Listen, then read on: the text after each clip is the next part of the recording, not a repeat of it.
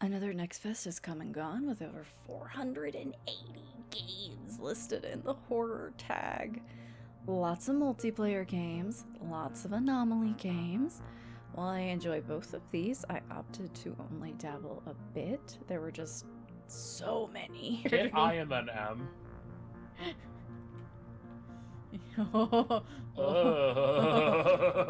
Yes, thanks to AA who helped me try out the multiplayer ones. There were some titles that I'm interested in, but I can tell are intended to be shorter experiences, and I'd kind of just rather wait until the full game drops. There were even a couple of games that look like they're ripping off the premise and banner art of games that haven't even dropped yet. Steered clear of those. There was this. Yeah, that. Yeah, okay. There were also a couple of really interesting and fun-looking titles that I got excited about. Scrolled down the store page and yep, Gen AI was used. Fuck that. And fuck you. I don't care what the Gen AI is used for. I don't care how little or how much is in the game or promotional material. It boils our planet, harms our neighbors, and is just plain lazy. If you refuse to care enough about your own creation to keep it 100% authentically yours, why should I give it even 1% of my time? It immediately gives your game a slimy, unpleasant vibe that I wouldn't touch with a 39.5-foot pole. Anyway, who's ready to talk about some games I did play? I've got 18 titles for you, presented in no particular order. Mostly. You'll see what I mean. Forbidden Solitaire. Let me preface this one by saying I am a huge fan already of Home Safety Hotline by Night Signal. It's an all-time fave, and I also love silly, cheesy old CD-ROM games, so this is a match made in heaven. I did secretly worry just a little that I might enjoy the art and vibes, but not enjoy the gameplay loop as much. Yeah, I was immediately hooked.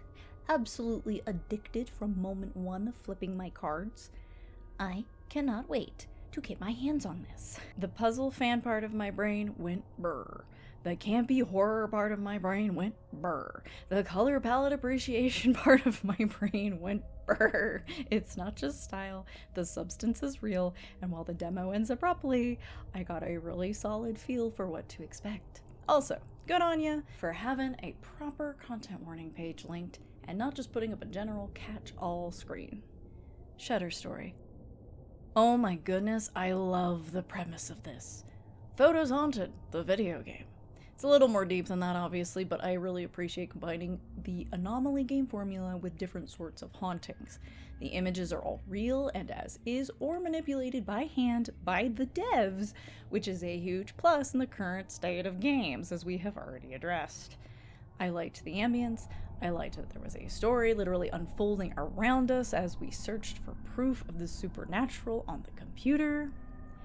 There is a Kickstarter as of the upload of this video, and they're not quite halfway to their goal. I'll link it in the description if you'd like to throw some funds at them.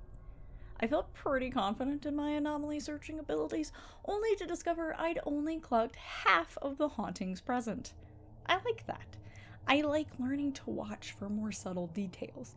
It reminds me a little of Caught on Camera, which might be my favorite of all the Anomaly games that I've played. Lots of low-key changes to accompany the more dramatic ones. Regardless of how the Kickstarter ends up going, I really hope the devs are able to continue working on this project. I would love to get my hands on the full version when it releases. Unhomely.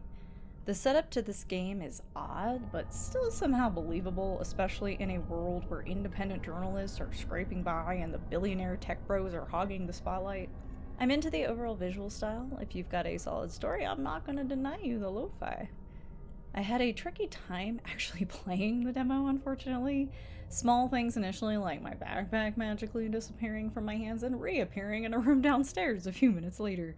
I couldn't actually finish the demo because I got the watering can stuck in the fungus and nothing I did would free it, but it also wasn't filling up the bar. Yeah. Fung OS, mycelial whatsit, I hope it has everything to do with actual mushrooms and extant forms of life, and slightly less to do with obvious potential decay of relationship metaphors. I'll take a little of that though, that's fine. Our Ordinary Home. It took some time to puzzle out what I was doing gameplay-wise. They don't really give you a step-by-step tutorial per se. You need to put multiple timelines of the same event in the correct order at once. Once I understood what I was doing, it was relatively intuitive. You are introduced to the story via a 119 call, as this does take place in Korea. It's up to you to piece together what happened through different lenses, the detectives on the scene, the news channels in the aftermath, the psychologist that spoke with the suspect themselves. You are piecing together not only a horrific crime, but also the unsettling events that led up to it, and possibly caused it. I only did the first story chunk. Heads up, the dog dies. And I don't know how bad it gets, because I didn't play the part that may explain it in more detail. Very dark story. Translation seems mostly fine, though there was at least one bit where the summary didn't seem like it quite matched the timeline part, but I got past it through trial and error. This is an interested with an asterisk because of the dog thing, as I am personally really sensitive to pet death and horror, as it is so often used purely for shock value. It seems like in this case, it may actually be an important disturbing aspect of the story, so depending on how it's handled, I may or may not actually pick this one up when it releases. Ritus Exorcismus. So I only remembered seeing the first person bits, which are the actual exorcisms, so the top-down part in between came as a neat surprise. Wasn't expecting it. Also, you can pet the... Oh, okay, maybe later. The tutorial was easy to follow and figure out except for one thing. Fuck the blessed candle. It made the tutorial miserable for me. I became convinced that crosses weren't actually appearing anywhere on the screen, and I reloaded my autosave. It took ages for me to nail. Oftentimes I'd get one of them but not the other. Side note, when I did it in an actual exorcism later, it was better, but not by a lot, and I had to fight 3 during that.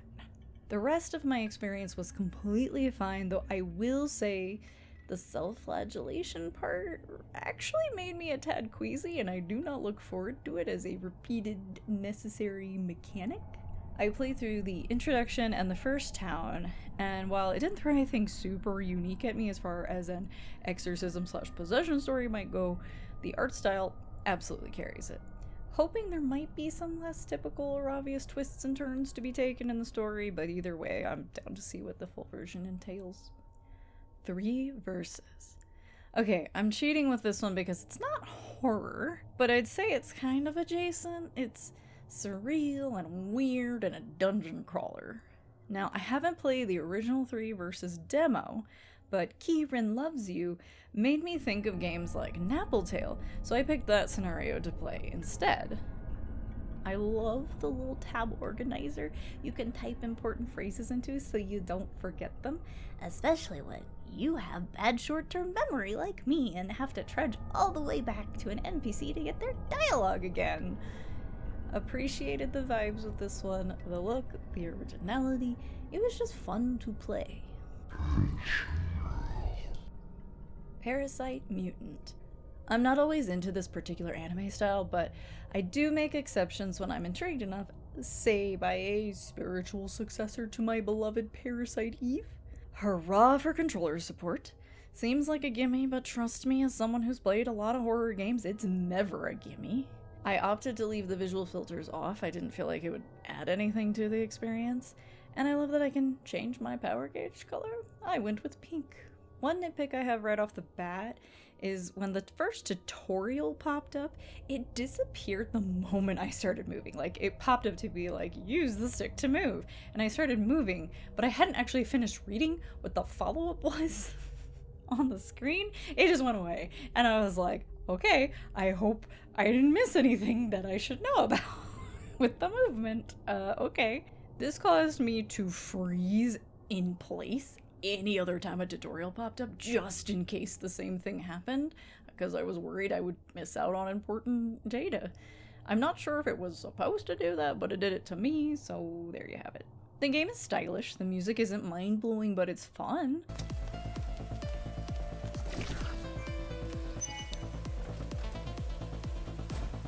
There were a few flashy moments that hurt my eyes, though I'm pretty sure they were like weird lighting or environmental whoopsies. I don't think it was actually supposed to be flashing in those moments. I liked the active time combat, aka ATC. For anyone that's played Parasite Eve, the controls and interface will feel very comfortable. I did notice some people in discussions not loving the ATC or the way the camera worked in-game, though they seem to be primarily folks that never touched the old mitochondria classic. So depending on your game history, your mileage with the mechanics may vary. I only played a little bit, just up to the part where I needed a forklift key to proceed, so I didn't actually get to end up using any of my Parasite not Parasite powers, just melee and guns. Hey Marley, you sound pretty positive on this game. Why is it in your on the fence section? Well, because there's still something about this project that feels slightly off to me. The demo felt pretty great and I was into what I played, but there's something intangible I can't quite put my finger on. Consider this the title that is bridging the space between the definitely and maybe games on this list. BUTLER Guillotine. I like the weird wooden mannequin / doll things, the odd artsy tone, but I wasn't sure if it fully grasped me like some other games of similar ilk have in the past. I am so curious, so this is kind of a wait and see title for me. If you're not into weird or existential conversations with quirky strangers, you probably won't be into this. Also, sorry for dumping this on you, BUTLER Guillotine in particular. You were not the only perpetrator of this during Next Fest, but game devs, please stop putting your default frame rate on uncapped or unlimited. I don't care how fancy or not fancy your graphics are, it's just a bad idea. No Vacation for an Executioner. This game is so stylish and the visuals are very intense, but I didn't come away with a headache. Single player, action RPG, PS2 inspired. I think I could potentially get into this game casually, picking away at the story and combat a little at a time. However, there does need to be more satisfying feedback in the gameplay loop. The trudge of difficulty has got to hit the dopamine or it's just a trudge after a while. My trouble was my input sometimes just didn't seem to respond, or the lag was so intense that it came through a full couple seconds later. I was on controller and I noticed in the Steam forums that people were having trouble both with controller and mouse and keyboard, so I wasn't alone in this. This wasn't just a me problem. This feels like one of those games that where if the devs can cook on it for a while and really work out the kinks, it could be pretty awesome. Angel's Dream. I did not realize this was an Unhomely game when I downloaded it. Nice pixel art, solid loop, pun intended, and I can confirm there are multiple configurations for the starting hallway. I'm not sure what the butterflies are for, because I never survived enough loops, / maybe I just forgot. But it's a nice effect, feels good to see them when you choose which door you're supposed to go through correctly. It also gets brownie points for having the master volume level set to 40% by default instead of 100. Very appreciated. Perfect Porcelain. Y'all know me, I enjoy a good stealth game, and the kidnapping angle with multiple characters trying to escape seems unique. I got the impression that they may be able to affect each other's runs in the full version, but I'm not sure if that's actually a thing. Don't quote me on that. You can only play as one of the characters in the demo, specifically the idol character. I will say it was rather tricky to tell where Reiko's voice was coming from when she was patrolling for me. While that could be a me thing, I do have audio processing issues. It's also just a general accessibility issue that could be turned into a positive additional element for all players. Some kind of visual to alert you to the direction that you heard Reiko calling from. I'll be interested to see how the full version pans out before I decide whether or not to nab it for myself. By the way, don't get stuck in a trap. I walked into one to see how fast I could escape from it. I come from the Metal Gear Solid school of mashing. Don't even think about using auto fire, or I'll know. And I could not free myself before Reiko had already found me and slashed me to death. Angel Engine. Booting this one up, I immediately felt like I was playing some mysterious Windows 95 or 98 disc I had found in a dusty old drawer. I appreciate the concept, it seems fairly polished, but I found some of the minigames literally impossible to complete. Now, obviously, this was an impossible for me, not necessarily for you situation. You may not have any trouble with them at all. It was frustrating for me, though, because I had no issue with the other minigames. Just those two. Let's see, I failed the operation entirely 3 times, attempted it 4, there's 3 bodies per each. Math. One of the times I failed, I didn't realize that just because I could revisit a tutorial while the operation was active, didn't mean that time would pause for me to do so. The timer seemed pretty unforgiving. Then again, I failed a lot, so that could skew my interpretation of it. However, frankly, it still felt that fast on the attempt where I technically did nothing but sit there. I want to play this one. I want to like this one more, but my personal experience was pretty rough. In its current state, it doesn't feel unplayable or anything like that. It's just unconquerable for me personally. Consider this game the bridge between the on the fence and not for me titles in this video. Fortune Seller. The concept as it's written on the Steam page sounded right up my alley. Occult and tarot and puzzles, all things I enjoy. But then the game is just fill the box puzzles, and you technically don't have to fill every square, you just get a better score if you do. I suddenly felt it was very uncompelling overall. Stuff like the tarot are also just multipliers. The game attempts to tutorialize you, but I admit I still felt somewhat in the dark about what I was actually doing. There's nice art at least, but in this case, it can't say how I feel about it.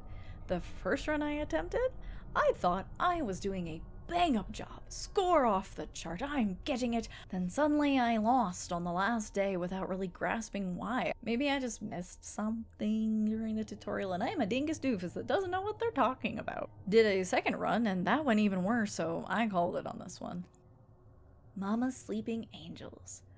Oh boy, this game sure is quirky and overstimulating. Don't worry, I knew what I was getting into picking this one. I'm not trying to be mean-spirited. Quite the contrary, I actually did like it. This is another game I wish I could like more though, because it's so fucking weird. And there's curses, cursed objects, it's great. You use your little flip phone to figure them out. I just needed an ibuprofen afterward, and that's not an exaggeration, unfortunately.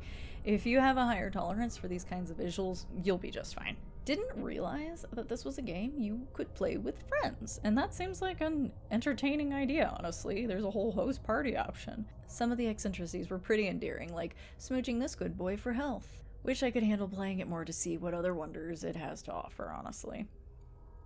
Vultures, Scavengers of Death.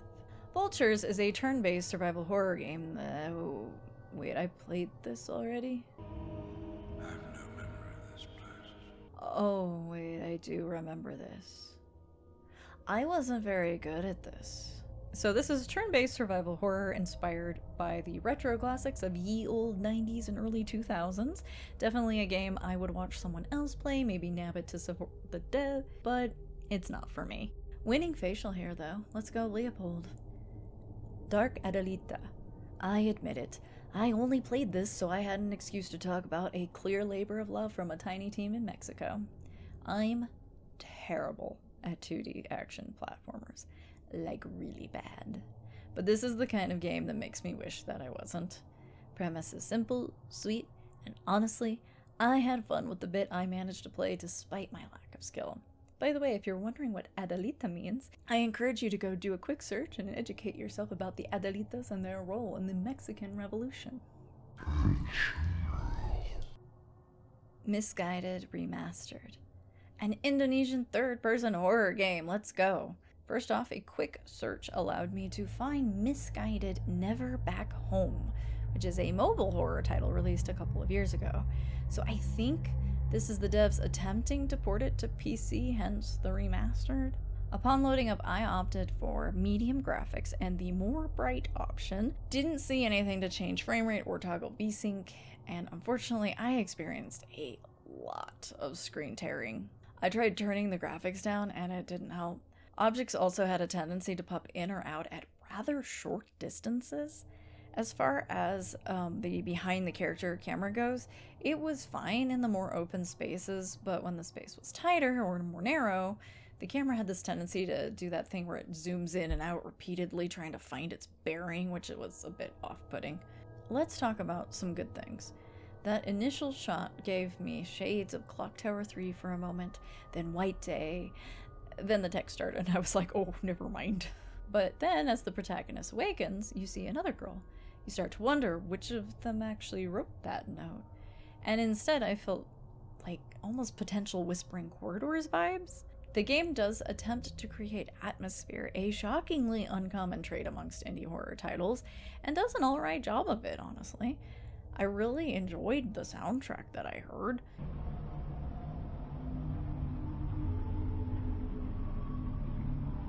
The concentration mechanic is neat. I'm into it. I appreciate a horror game that has a mechanic like that set up to sort of build the game's progression around. It gives it something that lets it stand out. Let's talk about some more of the not so good things. I liked the bed figure scanner initially. It actually made me jump. I wasn't expecting it. And then you blooper teamed me and made me sit in the room until the game had decided scary time over, door open now. I've never enjoyed that mechanic, and very rarely is it done in a way that actually subverts expectation. Besides the more minor fights and some blood and hair moments, there were two big jump scares. The first one was an actual surprise and very, oh, excuse me, ma'am, gotta go. But the second, which happened very shortly afterwards, made me think I'd game over just somehow for a moment. It was more confusing than anything. This gate became a door and then became a gate again at a different angle when I shook the handle. Keys aren't labeled. So you just have to kind of try all the locked doors when you get one. The area is small enough in the demo that they can kind of get away with it, but in the full game, absolutely not. Then, after all my exploring, I take the key that I presume is to the door gate, and the demo just ends. Oh, nothing really happened and I still don't know what I'm doing all this for. I'd hoped to put this in my on the fence section as I started playing, but the demo is just such a nothing burger. If you're wondering about the original mobile game, this is apparently pulling from, well, I haven't checked any reviews or anything like that. I didn't want it to influence my expectations of the demo. Still haven't checked, but maybe curiosity will get the better of me now that I've finished it. Chilling Silence. Another title I was rooting for, but just didn't go anywhere, sadly. This time we're in Russia, and it's winter. Honestly, a fantastic starting place for bleak horror. We play as a teenage girl with a rocky home life, living in a neighborhood that's hinted to be a bit sketch. Our best friend is both our close companion and perhaps a source of some discomfort and jealousy, but she'll be there for you unlike other people. The Steam page notes your character has some kind of social phobia, but it doesn't really get addressed. Our protagonist went into a full panic attack at one point, I think, but it wasn't explained as to why in that moment that old woman in particular hurrying by freaked her out just so much. It was odd. The translation overall is pretty awkward and lacking. It reads overly literal in some places, including when you can kind of sense the gist of a metaphor that's being intended. Sometimes it tells you who's talking, sometimes it doesn't. Actually, usually it doesn't. There was a moment where the word ragamuffins was used, which I love, but it's an odd word for a couple of depressed teenage girls trudging through the snow. This game will definitely need controller support. The tank controls feel pretty woof on a keyboard. The camera is kind of all over floaty as you try to change or control the angle. Occasionally, subtitles would happen twice. I didn't really ever know what direction I was supposed to be going. I never found any kind of map, and my NPC friend was following me, except when I would manage to pick the right way and suddenly she'd teleport ahead of me, instead of helping me out by leading the way. Just in general, if there's no map, we need better visual indicators as to where to go, especially in this snowy, foggy, hard to discern environment. It doesn't have to be yellow paint, but it needs to be something. At a certain point, my footsteps got extra loud for some reason and never stopped being loud.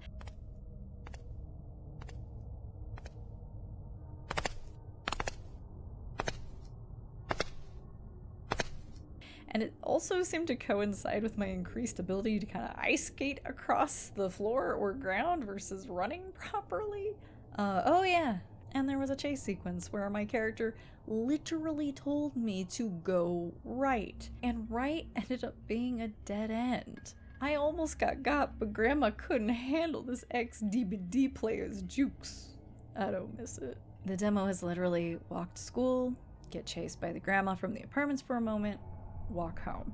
When the game fades out and in to imply that it's the next day, your character is just standing where you left them outside your apartment door.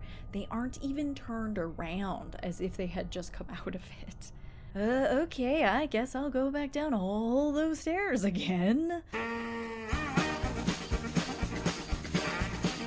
When you reach the front entrance, this happens.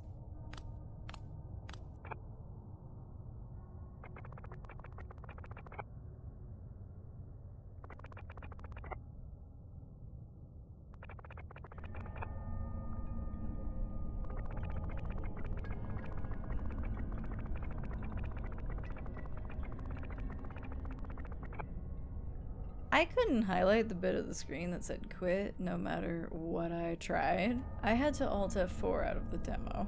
I do believe there's a way to make this game work, to make it more compelling overall, and I do hope the dev keeps at it. I do hope they keep working on this. Bonus round, multiplayer horror. Very generally speaking, these are all a pass in their current state. We didn't actively dislike any of them, but they were all either broken or frustrating or just generally lackluster. That being said, any one of them could become a huge thumbs up with some more time in the oven, so keep that in mind. Blue Ridge Hunting. It's broken as fuck, but it's got vibes. Do you see this ammo in my hand? I do. Load it! Wait, it says there's 3 people in the lobby. Oh. Spooky. Easily my fave of the 3 we played together. Double and I really wanted to like this one. It's got a great core. It just needs a lot more time. Full video available for this one, by the way. Recursive Riftfall. That name is quite the mouthful, but the vaporwave and liminal space-inspired visuals do deliver. What in the, like, early dungeon crawler I really enjoyed them. The actual gameplay, on the other hand, besides me giggling about my weird bubble teleport, I got the telepointer. Oh! It left a lot to be desired. It's just not doing anything new with the formula. Again, I think they could turn this into something really fun, but right now it's a lot of style and not a lot of substance. Get down.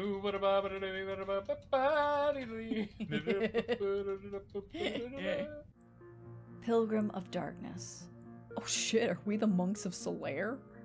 I think our 2 biggest complaints with this one were, 1, they throw a lot of information at you in the tutorial, but if you're like me, and this is only vaguely helpful and even a little misleading or confusing once you're in a real mission, and 2, the map is too damn big. It's often too dark as well, but if I take out my light, the enemies see me, and I have no way to defend myself if I don't have a spell scroll that I've scrounged up from the houses that they are guarding. There's a lot of neat pieces that make up this one. Running from the big bad is actually really fun. I just wish the red storm thing happened less frequently so you didn't become desensitized to it. To be fair, it's probably supposed to happen less, but the map is so gosh darn big we'd barely get anywhere between the waves of it. All that said, we never fell through the world or got stuck somewhere we shouldn't have been able to get, no slowdown or big frame drops on my end when being chased by a million guys. So, you know, kudos for putting something together with these graphics and having it work. Let's check it out. All right. You know, winning the game is not available in the demo, so.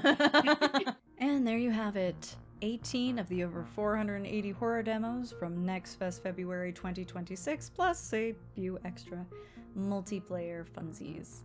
No, I didn't play the Fox Girl Gatling Gun game, but I kinda want to now. Don't forget to subscribe for more VODs, Let's Plays, and other cursed gaming. Also, I am pivoting to more scripted content in 2026, but I'll let you know when that new channel drops. For now, take care of yourselves, take care of each other, and I hope to see you all around sooner than later. Bye-bye!